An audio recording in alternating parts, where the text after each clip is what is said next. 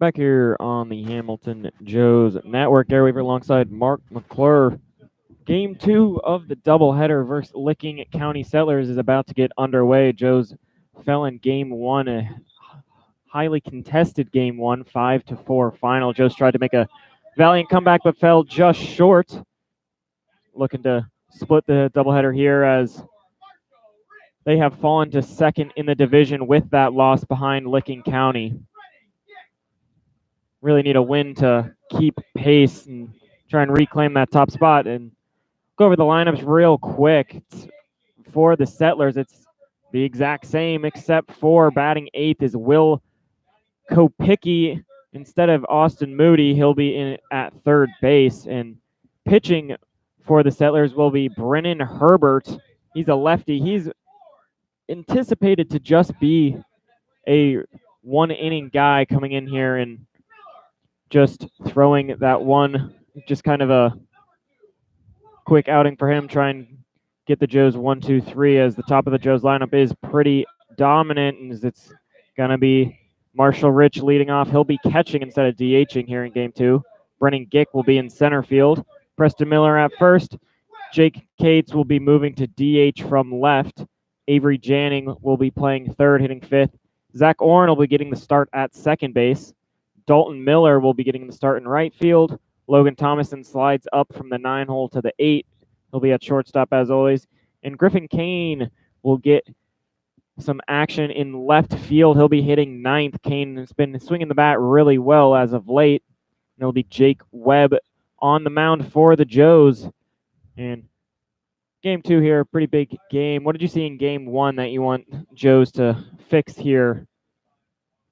Well, the Joes, for starters, want to get started a little bit early. They just took them too long to get back into that ballgame after falling behind 5-1, and that just hurt them, and they couldn't get all the way back. Ended up losing by 1 run. You'd like to see them get the bat started a little bit earlier and finish. They've got to finish today. They left a lot of runners on base in that last game. 6 runners on base in 7 innings isn't ideal because a lot of those guys were in scoring position. They all actually came in 3 innings, so they have got to get runners across the plate at all costs. The Just Bats have been really going strong versus the Copperheads in that series, and then, as you said, just really weren't there in this Game 1. And you got to imagine some of these players are pretty tired, but you can't let that get to you as this is one of the biggest games of the year thus far. It's just a huge game, period, end of story. We're going down to crunch time now in this season. We're under 10 games left now.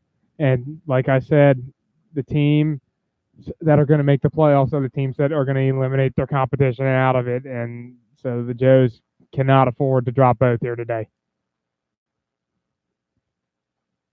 As mentioned at the beginning, the loss dropped Hamilton to second place behind the Settlers in the division.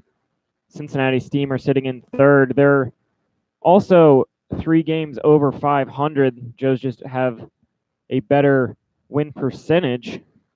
Copperheads are sitting in fourth. They're 2 games over 500. They're playing right now. They're in the second inning versus the Scouts with a 1-0 lead. Steam are playing the Jazz. They're tied at 0. So we'll keep an eye on those for you as Jacob Webb throws his last couple warm-up pitches.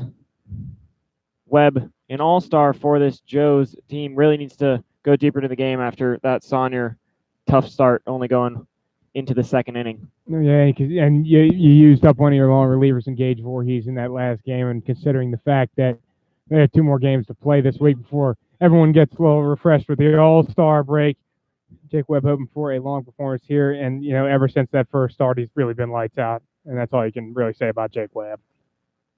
They also used Josh Gaynor, who's one of your main closing guys, so hopefully you can build up a pretty good lead. And it's going to be first pitch here in this ball game from Jake Webb is in there for called strike 1. Turner Hill is leading off for the Settlers, as always. The 0-1 pitch to Hill. Ball's a little inside, ball 1. Calling balls and strikes here in Game 2 is Jim Enright. He was on the bases last game. The umpires just switched, so that means Ben Levin will be on the base paths. 1-1 pitch is fouled back, 1-2.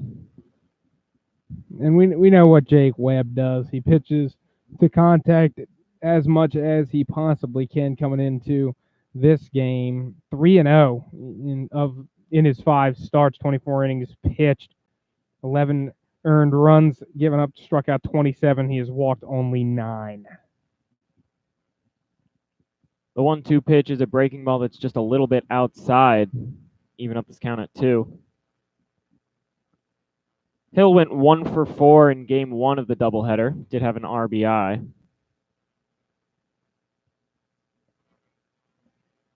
The 2-2 pitch to him. Swung on and hit pretty hard. Zach Orn dives, and he's able to stop the ball from the knees onto first in time. Great play from Zach Orn, who came in and is getting the start. And that's why you have him out there, his defensive ability for a really nice out number 1. You just want to see him get more comfortable over there at second, because the last couple times we've seen him out there, he has just struggled defensively. He's made a couple of bad throws. That was a heck of a play right there. That's what you want to see more of. And you know from the first few weeks of the season before he got injured how good he is out there. Just probably needs a little repetition, needs a couple games to get back in the zone, and hopefully he is now, as first pitch is upstairs, ball 1 to Fromweiler. Fromweiler also went 1 for 4. He did strike out twice in game 1. This, of course, is going to be just a 7-inning game as well, as the 1-0 pitch is fouled off and out of play, 1-1.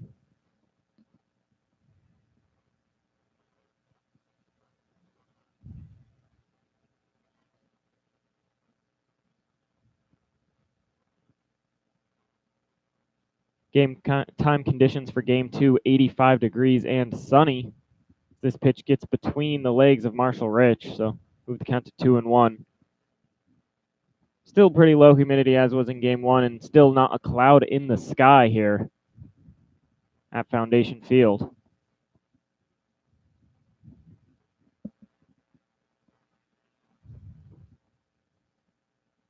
The 2-1 pitch is upstairs, 3-1. We're just losing the zone here on this particular batter, Fromweiler. He just wants to avoid giving up the big hit here. Just try and get one in the zone. Here's the 3-1, and it's in there for a called strike 2 at the knees. So Webb was able to catch the zone but not give up anything too good, just like you said. So he works the count full here with 1 out in the first.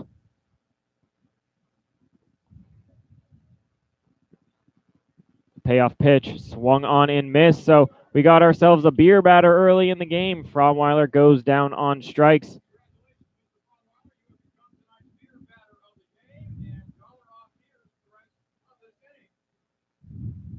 that'll bring up Darius Diaz. Diaz was catching in game 1. He's moved to the DH slot here for game 2. And for Webb, strikeout number 28, the ERA just a touch over 4.12.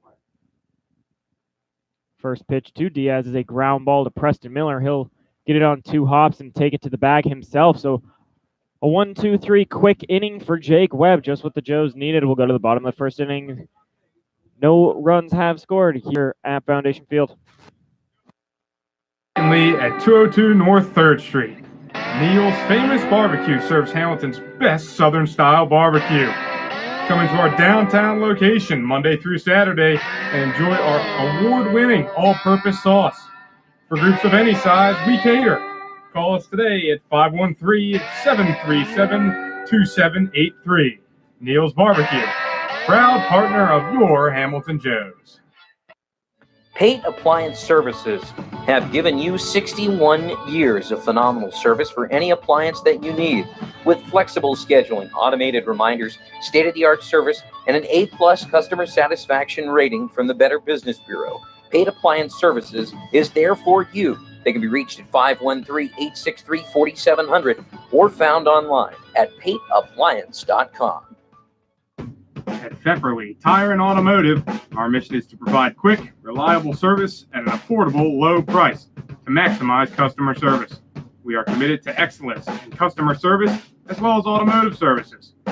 We value our long-lasting relationships with our customers, employees, and our suppliers. By using the latest technology in the automotive service industry, there's rarely a problem we can't solve.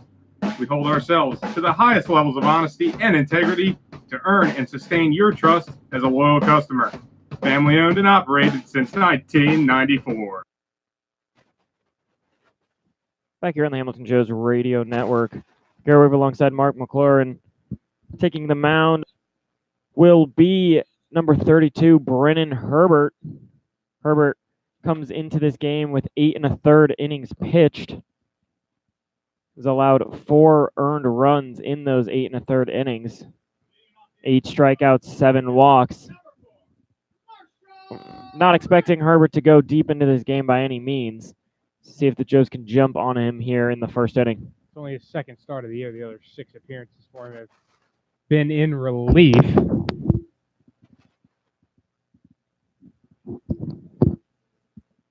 First pitch to Marshall is in there for called strike 1. In the first game, Marshall went 0 for 2, did walk twice, struck out once.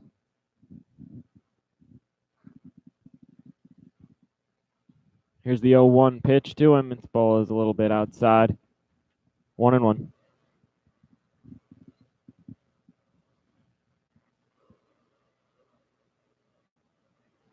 That ERA for Herbert, 4.3.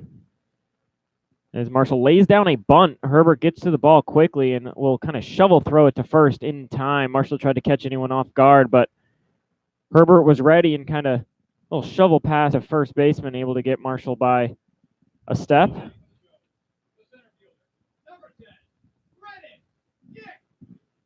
So that'll bring up Brennan Gick.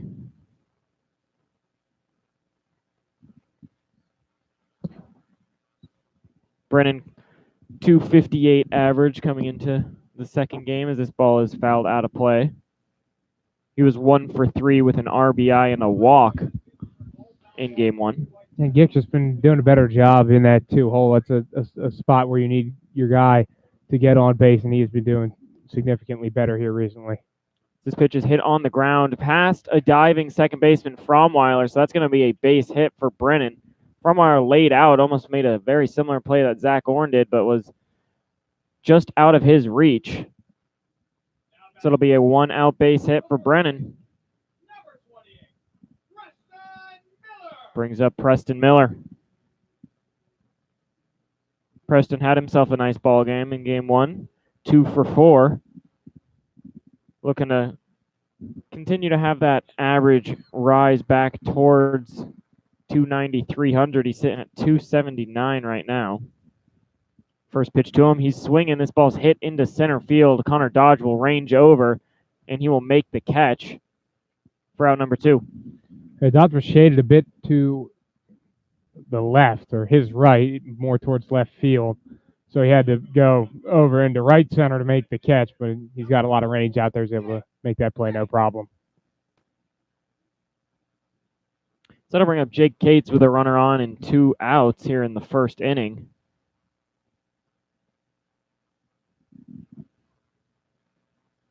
Jake 1 for 3 with a walk in game 1. As Brennan takes off, the throw down to second is going to be not in time. Brennan Gick will have himself a stolen base.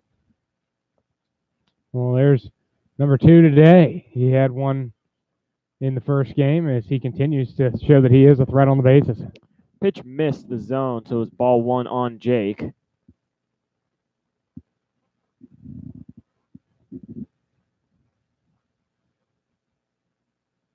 Herbert take its time here.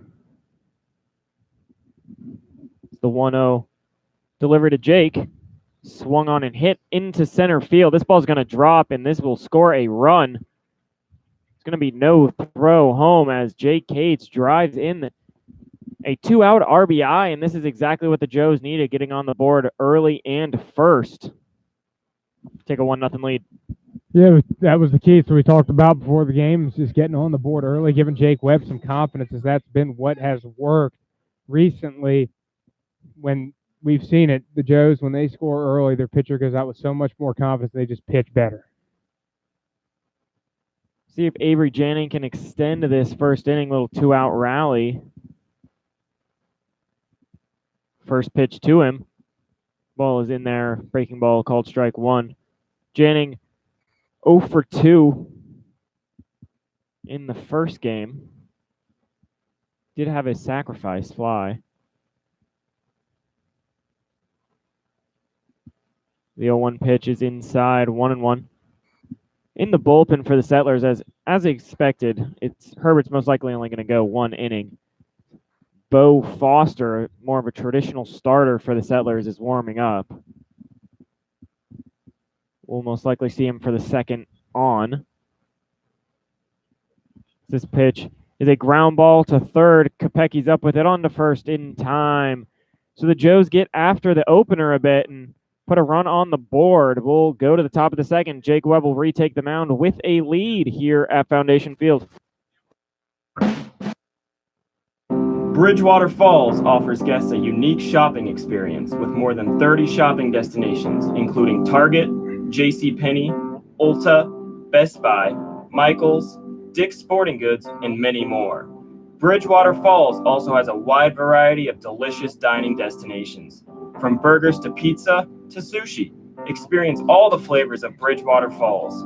Bridgewater Falls is located just off the Butler County Veterans Highway, Ohio 129, at the corner of Princeton Road and Bypass 4.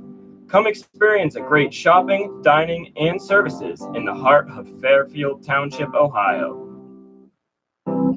Customized vehicle and car wraps from Luxurious Wraps will have you zooming past your competition. From full color wraps and window graphics to magnetics and vinyl lettering, our team of professionals will work with you to determine the best and most cost-efficient solution to turn your company vehicle into a high-impact advertisement. Fort Hamilton Hospital is a full-service community hospital that continues to lead the way to better health in the Butler County area, serving patients from Fairfield, Oxford, Cincinnati, and Middletown. We combine modern technology, highly skilled physicians with a friendly, caring staff.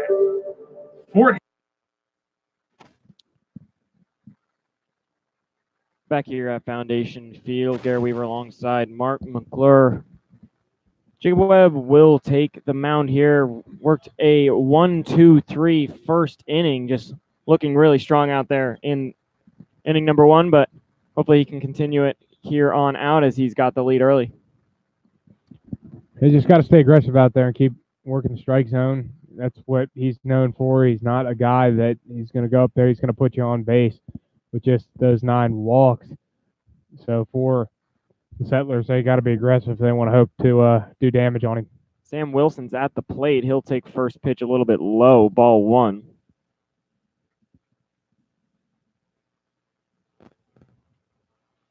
Wilson had a decent ball game, 1 for 4 with a run scored and a strikeout in game 1. 1-0 pitch is fouled out of play, 1-1.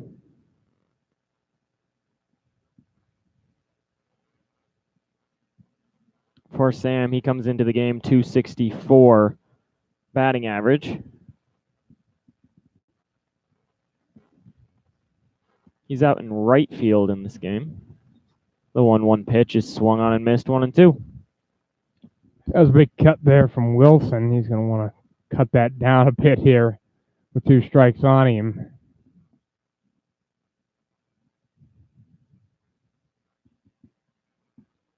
Webb with 1 strikeout in the first inning, looking to get his second here